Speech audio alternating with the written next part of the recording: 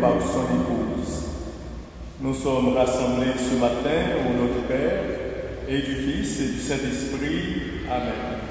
Que la grâce de Jésus notre Seigneur, l'amour de Dieu le Père et la communion de l'Esprit Saint soient toujours avec vous. Préparons notre cœur à rencontrer le Seigneur. Reconnaissons que nous sommes pécheurs. Avec prière, implorons, Seigneur, sauve-nous et prends pitié.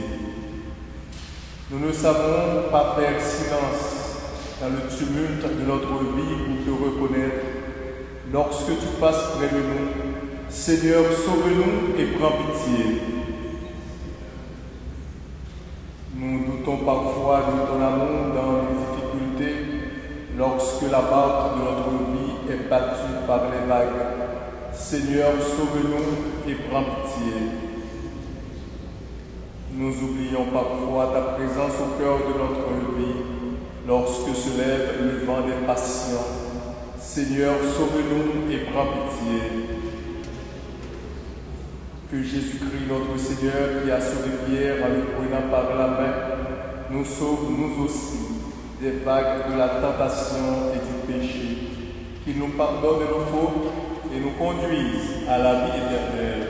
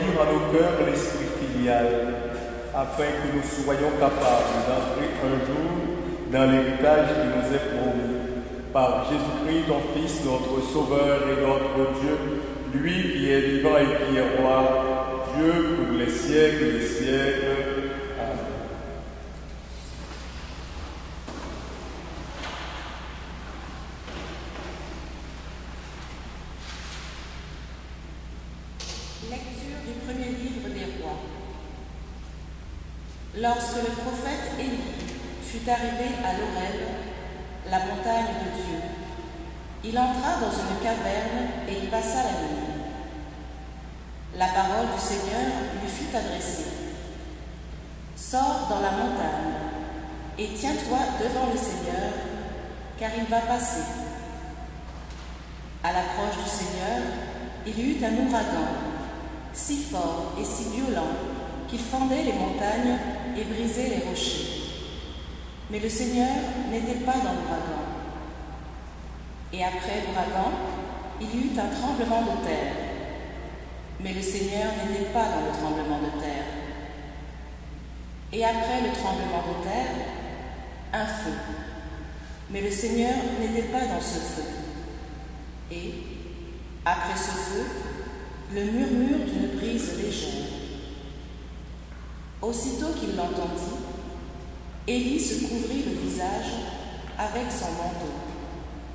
Il sortit et se tint à l'entrée de la caverne. Parole du Seigneur.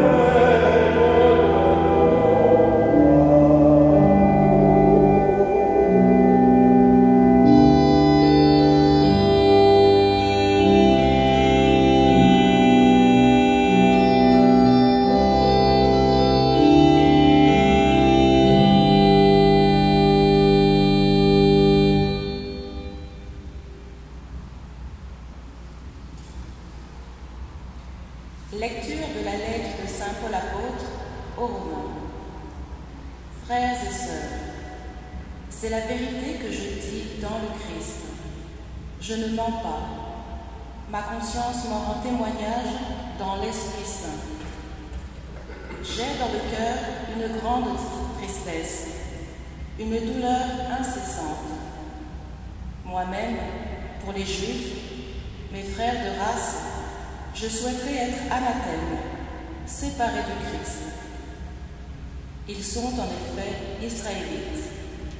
Ils ont l'adoption, la gloire, les alliances, la législation, le culte, les promesses de Dieu. Ils ont les patriarches, et c'est dans leur race que le Christ est né. Lui qui est au-dessus de tout, Dieu béni pour les siècles. Amen. Parole du Seigneur. Alleluia.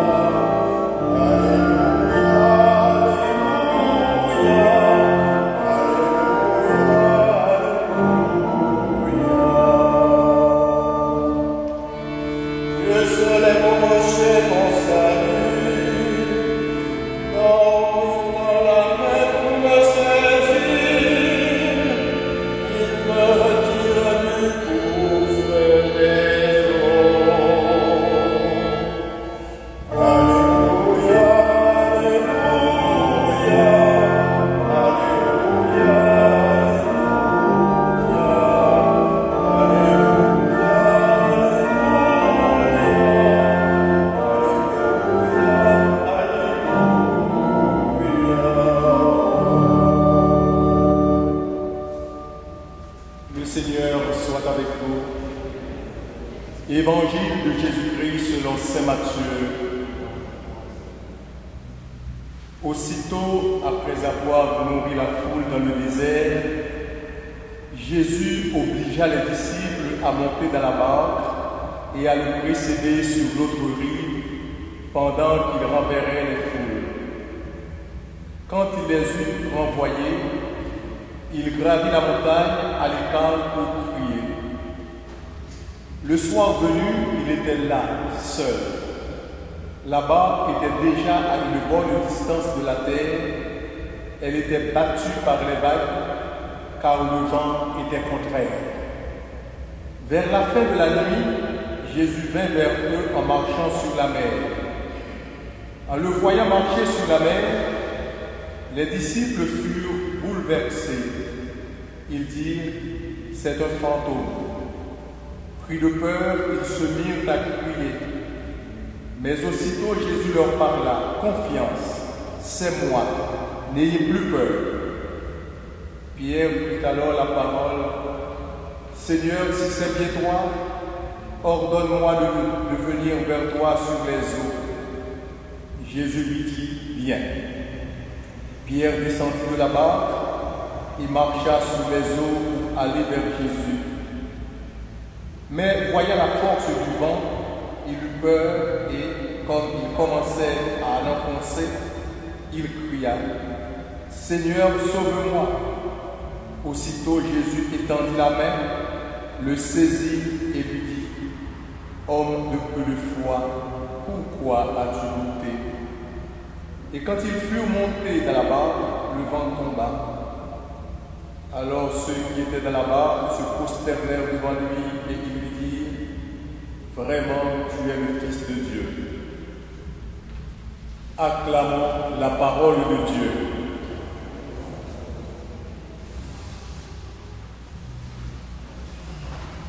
Jésus a pris son temps pour enseigner à ses apôtres. Un regard, une parole, un geste, un acte, tout cela contribuait à l'enseignement de Jésus. Mais son humilité en tant qu'homme est aussi le lieu de la révélation ultime et plénière de Dieu. Pour aller à Dieu, il faut accepter d'être humble. Chacun de nous sommes appelés à descendre dans la caverne de notre cœur, mais en laissant ouvert un seuil à tout vent, pour écouter celui qui passe comme le murmure d'un souffle léger. Et justement, il faut laisser cette ouverture à Dieu. Cette ouverture sur l'infini imprévisible de Dieu, sur l'autre divin et aussi sur tous les autres humains qui en sont les signes. Et si nous sommes restés enfermés dans notre ego ou bien dans notre enfer solitaire, alors nous allons comprendre que justement, nous formons une île autour de nous. C'est avec une semblable clé de lecture que nous pouvons ouvrir l'Évangile d'aujourd'hui. Jésus se tient lui aussi dans la montagne pour prier seul. Et dans les Évangiles, Jésus a connu des moments de grande foule et aussi des moments de solitude, des moments de prière avec le Père. Dans le passage de cet évangile aussi, il y a tout le décor, la mer, la montagne, la nuit. Et il vient de congédier la foule à qui il donnait à manger. Tandis que Jésus est seul sur la montagne, à écouter la fin du silence, à écouter le Père, Jésus ne perd pas pour autant le souci des siens. Et là, nous comprenons qu'il y a une dialectique, un Dieu à la fois proche, et là, il se trouve avec les siens pour prier, et tout à coup, il s'éloigne d'eux pour se trouver sur la montagne avec le Père, un Dieu proche et aussi un Dieu lointain. Et là, il n'oublie pas que sur la montagne, c'est là où se trouve le Père. Mais Jésus sur l'océan, c'est là où se trouve le monde. Je suis sorti du Père et je suis venu dans le monde. Donc Jésus, il est Fils. Il est aussi notre frère. Jésus présent au Père sans nous abandonner. Il est avec nous sans quitter le Père. Et tel doit être chacun de nous. Car la prière ne peut pas nous couper de la réalité. Pas davantage que la présence aux humains l'éloigne du Père. Lorsque, vers la fin de la nuit, Jésus approche de ses apôtres à pleurer, il dit ces simples mots fraternels: confiance, n'ayez plus peur, c'est moi. Il n'est pas un fantôme, il n'est pas un surhomme, mais c'est le frère, c'est l'ami. Confiance, n'ayez plus peur. Donc pour avoir confiance en Dieu, il faut aussi avoir confiance en soi-même et avoir confiance aux autres. Il ne faut pas avoir peur de soi-même, il ne faut pas avoir peur des autres. Si nous avons peur, cela veut dire tout simplement que la confiance manque quelque part. Et il faut rétablir cette confiance pour pouvoir vivre dans la paix et dans la sérénité afin de chasser la peur. Là où il y a la peur, il n'y a pas la paix. Et là où il n'y a pas la paix, il n'y a pas la vie. Certes, nous vivons dans une société où nous nous côtoyons souvent, mais nous avons aussi besoin des moments de solitude pour nous retrouver avec nous-mêmes et avec notre bon Dieu qui souvent a quelque chose à nous dire. Celui qui parle beaucoup peut déborder dans ses verbes, et souvent celui qui parle trop ne dit pas toujours ce qu'il sait. Et alors il faut souvent apprendre à se taire pour écouter la voix du Seigneur. Comme Élie avait senti la présence avec certitude dans le plus léger souffle du vent, ainsi les disciples reconnaissent la présence de Jésus dans le quotidien. Nous aussi, nous sommes appelés à redécouvrir et à rencontrer Dieu. Nous allons le rencontrer à travers le pain de l'Eucharistie. Nous allons le retrouver dans cette assemblée liturgique qui nous réunit en son nom. Nous allons aussi le rencontrer à travers nos sœurs et frères. Prions donc pour que le Seigneur soit toujours présent dans notre vie. Et quand nous allons le rencontrer, il va changer notre vie comme il a changé celle de tous ceux et de toutes celles qui ont eu la joie et la grâce de le rencontrer. Laissons-le entrer dans notre vie pour transformer notre être et notre existence. Amen. Et maintenant, je vous prie de bien vouloir vous mettre debout pour confesser ensemble notre foi. Je crois en Dieu, le Père Tout-Puissant, Créateur du ciel et de la terre, et en Jésus-Christ, son Fils unique, notre Seigneur, qui a été conçu du Saint-Esprit, est né de la Vierge Marie, a souffert sous Ponce Pilate, a été crucifié, est mort et a été enseveli, est descendu aux enfers, le troisième jour est ressuscité des morts, est monté aux cieux, est assis à la droite de Dieu le Père Tout-Puissant, d'où il viendra juger les vivants et les morts. Je crois à l'Esprit Saint, à la Sainte Église catholique, à la communion des saints, à la rémission des péchés, à la résurrection de la chair, à la vie éternelle. Amen. Celui qui a marché sous les eaux n'est pas un fantôme, c'est Jésus ressuscité. En prenant la main qu'il nous tend, nous pouvons entraîner tous nos frères et sœurs à sa suite. Élargissons notre prière aux dimensions du monde. Pour les responsables des peuples, pour tous ceux et celles qui portent l'espoir de leur nation, prions le Seigneur. Les yeux levés vers toi, Seigneur, nous te prions. Pour l'Église répandue dans le monde, pour tous les gens engagés au nom de l'Évangile, prions le Seigneur. Les yeux levés vers toi, Seigneur, nous te prions. Pour les prophètes de notre temps, pour tous ceux et celles qui donnent leur vie pour la vérité, prions le Seigneur. Les yeux levés vers toi, Seigneur, nous te prions. Pour les malades, le personnel hospitalier et les responsables de la santé publique, prions le Seigneur. Les yeux levés vers toi, Seigneur, nous te prions. Pour notre communauté, tentée parfois par le repli sur soi et le manque de confiance, prions le Seigneur. Les yeux levés vers toi, Seigneur, nous te prions. Dieu notre Père, toi qui as ressuscité Jésus et qui nous promets une vie nouvelle, achève ce que tu as commencé dans notre monde.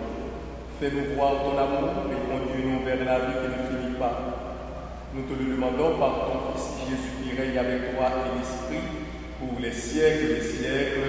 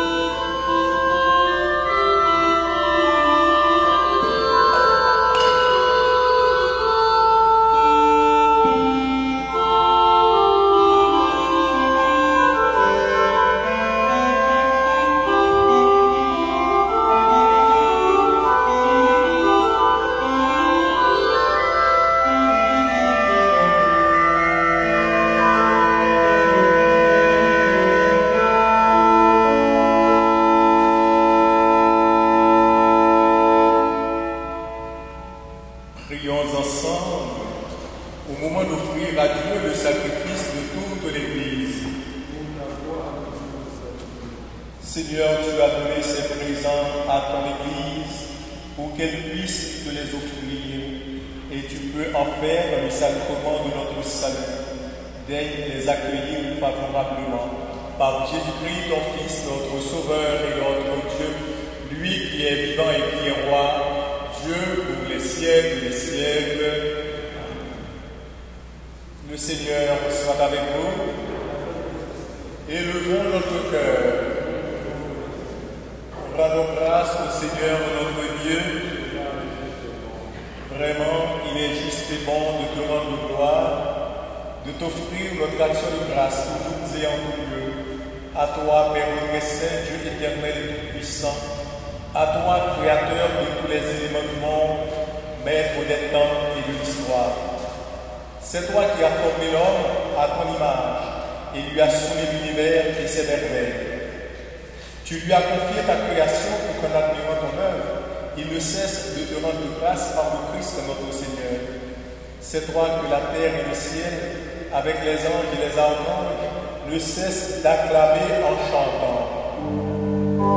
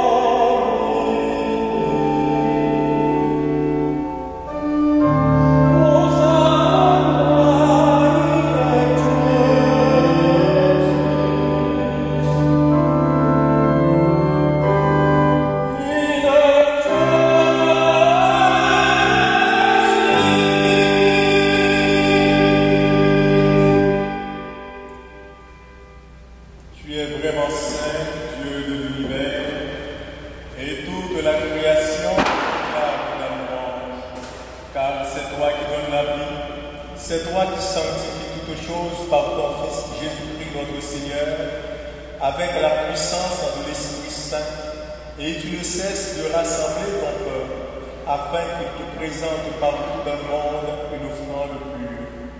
C'est pourquoi nous voici rassemblés devant toi, et dans la communion de toute l'Église en ce premier jour de la semaine, nous célébrons le jour où le Christ est ressuscité d'entre les morts.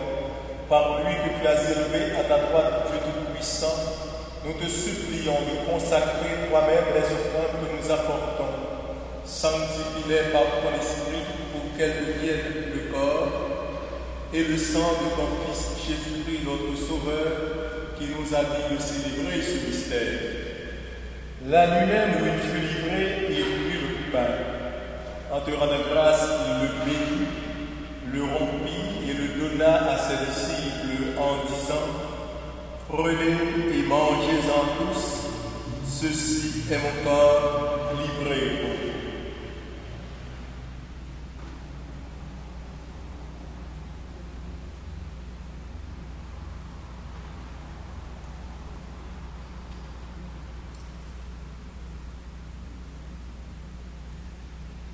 De même, à la fin du repas, il prit la coupe. De nouveau, il rendit grâce et la donna à ses disciples en disant: Prenez et buvez-en tous, car ceci est la coupe de mon sang. Le sang de l'alliance nouvelle et éternelle qui sera versé pour vous et pour la multitude en rémission des péchés. Vous ferez cela en mémoire de moi.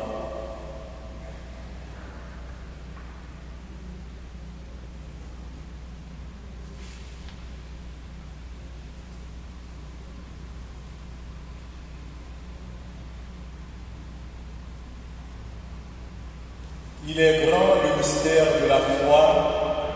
Nous proclamons ta mort, Seigneur Jésus.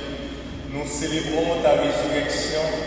Nous attendons ta venue dans la gloire, en faisant mémoire de ton Fils, de sa passion qui nous sauve, de sa glorieuse résurrection et de son ascension dans le ciel.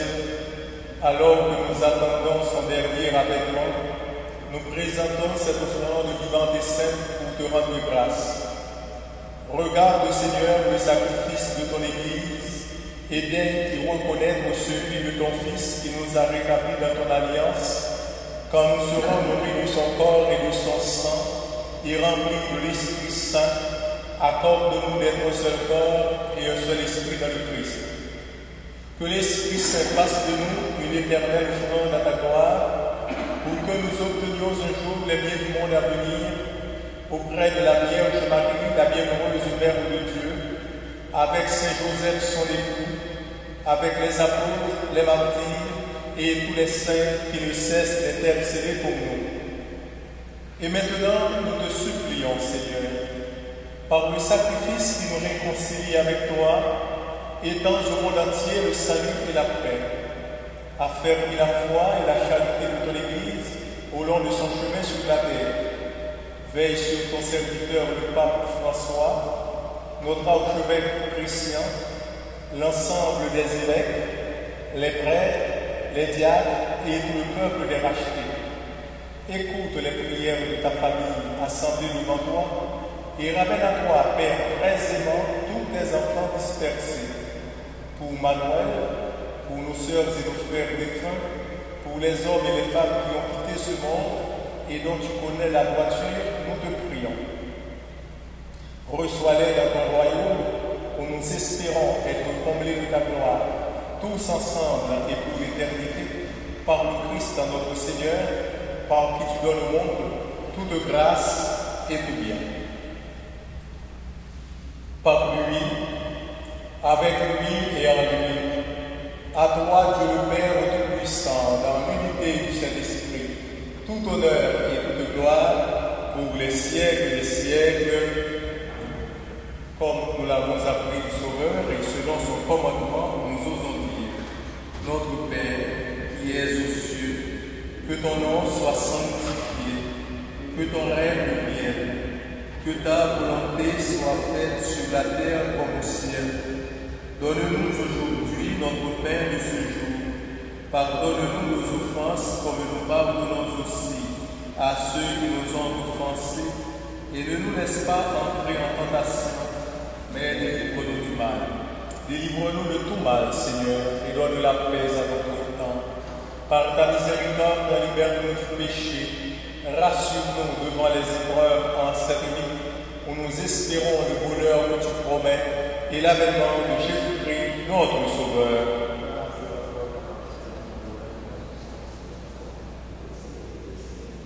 Seigneur Jésus-Christ, tu as dit à tes apôtres, je vous laisse la paix, je vous donne ma paix. Ne regarde pas le péché, mais la foi de l'Église. Pour que ta volonté s'accomplisse, donne-lui toujours cette paix et conduis-la vers l'unité parfaite, toi qui règnes pour les siècles des siècles. Que la paix du Seigneur soit toujours avec vous.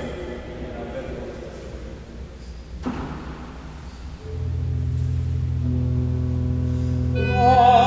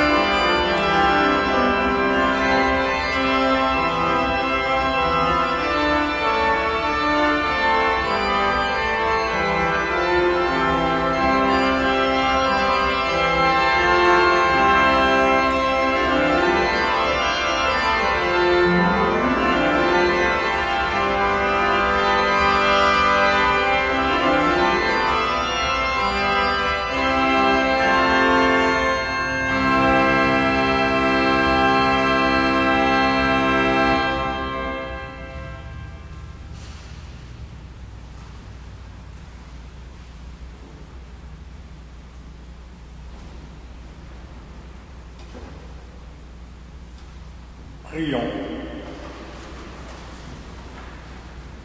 Que cette communion à ton sacrement, Seigneur, soit notre délivrance et nous enracine dans ta vérité. Par Jésus-Christ, ton Fils, notre Sauveur et notre Dieu, lui qui est vivant et qui est roi, Dieu pour les siècles des siècles. Amen. Merci d'être venu célébrer avec nous l'Eucharistie. Nous vous souhaitons de passer un bon dimanche, une bonne semaine et surtout prenez soin de vous. Le Seigneur soit avec vous.